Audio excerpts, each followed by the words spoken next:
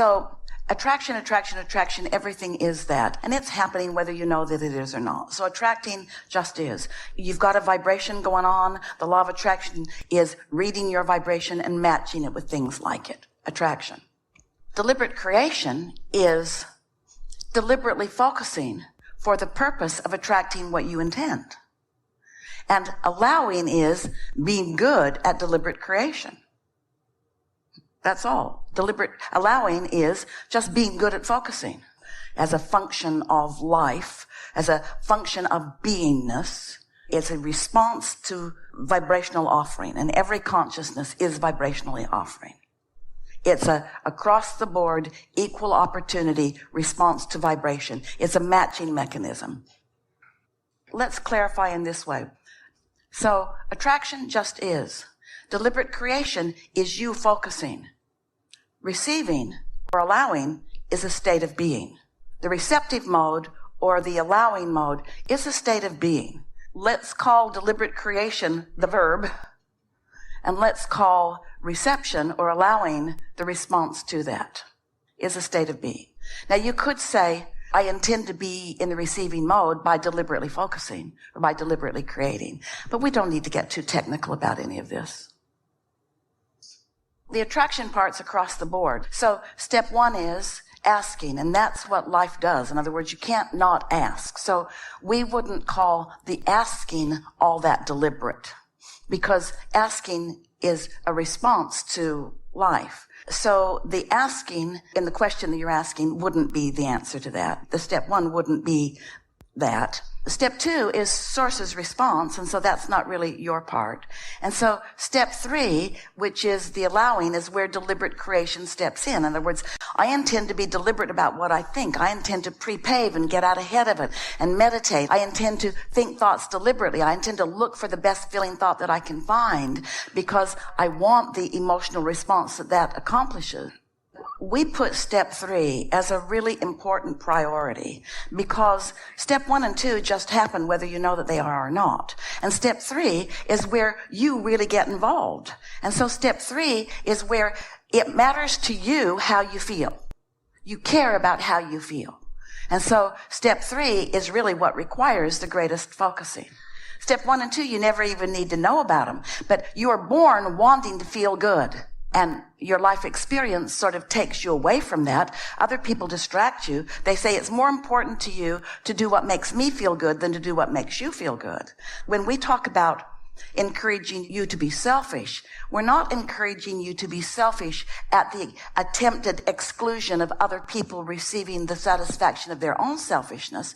We don't mean that at all, because you don't have that power, first of all, and you don't have that non-physical intention. When you are really in the receiving mode, meaning you are really tuned to the selfish, meaning perspective of self, meaning tuned to what the big part of self is focused upon. You're really tuned to the emotional gap between the non-physical you and the physical you. When you're really tuned to that, you are including the well-being of all that is. In other words, you cannot separate your personal selfishness, because you can't accomplish that unless you're connected to source energy. You cannot separate your personal selfishness for things that you care about from your personal selfishness about wanting to uplift all others too. Sometimes when we say we teach you to be selfish, people think, oh, you just want me to get what I want for me and never mind anybody else. It isn't that way at all. We're talking about your eternal, all-inclusive consideration of all. That's big. That's big.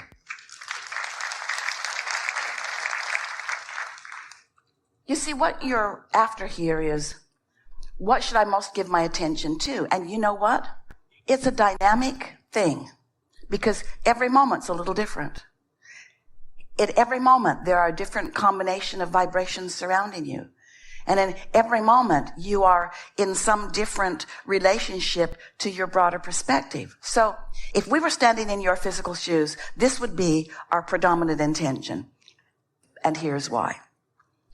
Our predominant intent would be our awareness of the gap between what our inner being knows we want and therefore wants and is in vibrational sync with and where we stand in this current moment. We would always have our vibrational, emotional attention or eyes upon the closing of that gap. Because as we said earlier, life itself is going to open the gap. Step one's going to happen. So you don't have to set that as a goal. I'm going to go out today and I'm going to make as much trouble for myself as possible in order to fill my vortex full of stuff. We would never set that as an intention. That kind of stuff is coming in response to what you've already got cooking over here. And step two isn't your work anyway. And step three is your awareness of how you're feeling. In other words, that's that closing that gap awareness, caring about how you feel, using the most powerful emotional guidance system. Oh, what a system that is. To have source energy, your inner being, radiating a constant signal of who you are, never ceasing to offer that vibration, and you letting your every breath and your every thought and your every intention be about syncing with that, syncing with that, syncing with that. Do you ever take out your cell phone and say, I hope I don't have a signal? Do you ever turn on your airport and your computer and say, oh, I hope there's no signal? Or are you aware of a signal that you want to connect to? You want connectivity. And why? Broader experience, you say. Choosing a feeling. And then finding the thoughts that calibrate to that feeling. That was big. In fact, you could say, you know how we say all the time about thoughts turning to things, and we're talking about the manifestation? Well, let's just be really accurate about this. Thoughts turn to emotions, and the emotion is a manifestation. It's a manifestation of. There's no such thing as absence of desire. You're born with desire. What you're wanting to call absence of desire is lack of focus is the closest that we could get to it, but it's really not that. It's focusing against. It's not lack of focus. It's focusing in opposition to what's real. If it is true, and it is, that your vortex is the real deal, that is where all the action is where your inner being is, and it's where the law of attraction is most predominantly responding because there's so much attention there. So if you are not focused upon your vortex, and you are focused anywhere else, you might want to call that absence of desire. We wouldn't. We'd call it sloppy thinking or sloppy focus or letting what is dominate our thought process. Consider this. Every thought that has ever been thought still exists. None of them disappear or dissipate. They all continue to exist. The question is, how much attention is being given to them, and how much is any one focuser perpetuating the thought? That's all. So every thought that ever has been thought still exists. The question is, what am I as a personal focuser doing to perpetuate the momentum of such a thought in my experience? And if I'm focused on my vortex, I'm not perpetuating any of the other. We want to say it in a different way. And we say it all the time that you have enough desire in your vortex to keep you busy for 20 or 30 lifetimes. The reason we say that to you is because we want you to realize that you don't need to go around looking for desires. They're happening naturally. We want you to realize it's not the number of them or even the hierarchy of them in terms of how much less that I care about them. It's the exhilaration of getting to mold them into place. It sort of falls into the same category that we tease you about if you're eating a wonderful meal in a restaurant. Even though there are lots of other wonderful restaurants around, you're usually not feeling lacked about not being at all the other places eating all of the food at the same time because you're satisfied with the food that you're eating. And so it really does not matter what object of attention is ringing your bells. What matters is that your bells are ringing.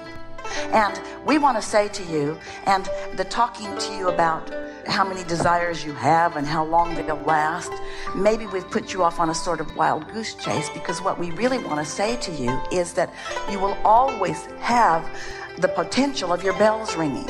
And your bells ringing is what you want. The process is what you want. There is nothing more exhilarating than to live life and pick up an idea of something that you desire. And it feels awkward and weird at first because it was born out of who knows what. But as you focus upon it and allow it to become more, it calls you in a stronger way because your inner being is already there. And then once you get a bead on that signal and you become really good at focusing because you care about feeling good in the direction of that, and then you get to witness the emotional changes, the feeling of interest and the feeling of exhilaration and the feeling of expansion. You get to feel more inner being like. You get to feel, because of this desire, you get to feel more of the wholeness that your inner being is already feeling. It's like you're coming more into life. It's like you're yawning more of what is life-giving into yourself. And each time you do that, there's greater clarity and greater capacity to understand and greater capacity to acknowledge and greater capacity to observe and greater capacity to feel and greater capacity to live, which just perpetuates greater capacity and greater capacity, and there's no ending to that, you see. And so it's not the number of things you're creating, it's the being in this perpetual state of creation. A creator must create, you see. Yeah.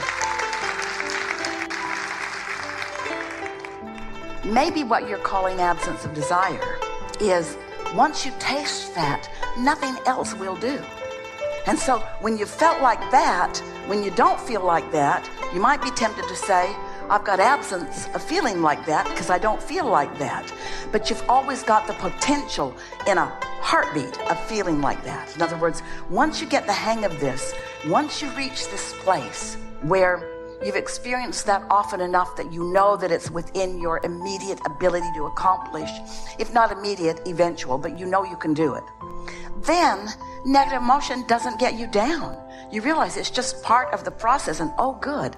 In other words, it wasn't the absence of beautiful treasures, it was the opportunity of attracting so many more, you see. And that's how life is for all of you all the time.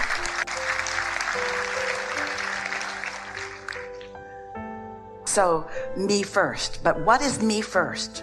Me first means me and me. That's a big me. That's a big me because it's a we. Me first means me and source. Me, we. And think about that. Oh, let's go there. Let's go there. This is really, really, really, really good. It's attraction, attraction, attraction, yes? Your inner being has got it going on. Do you believe that? And your inner being is so about you. One who's connected to the source is more powerful than millions who are not. So when you include yourself as we with your inner being, your attraction power is enormous. Since it's attraction, attraction, attraction, you could call your society we, and you could attract on behalf of your society. You could attract on behalf of those in this arena. We. It's we. Is this putting that selfishness into a new perspective for you? When you include yourself with who you really are. So now as you say, it's me first, you mean we first. You mean me, myself, and I. You mean me, us. You mean we, this, who I was before I was born and all that I've become ever since. We, you can attract on behalf of the world. You can assist the world in all things wanted. You can tap into the collective conscious vortices. You are powerful beyond your ability to understand, you see. But you gotta love yourself enough to let yourself be that kind of we. And then your focus matters so much, and you can watch tides change and world events change and things happen and things, in other words, that's influence at its best, you see.